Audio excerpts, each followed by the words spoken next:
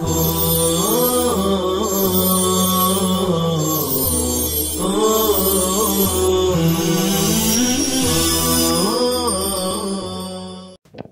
الله الرحمن الرحيم.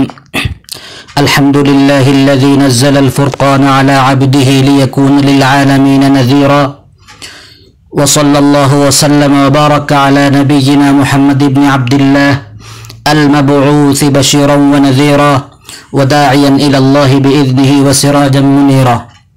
أما بعد، فأعوذ بالله من الشيطان الرجيم. بسم الله الرحمن الرحيم. ولو أنا كتبنا عليهم أن اقتلوا أنفسكم أو اخرجوا من دياركم ما فعلوه إلا قليل منهم، ولو أنهم فعلوا ما يوعظون به لكان خيرا لهم وأشد تثبيتا، وإذا لآتيناهم من لدنا أجرا عظيما ولهديناهم صراطا مستقيما.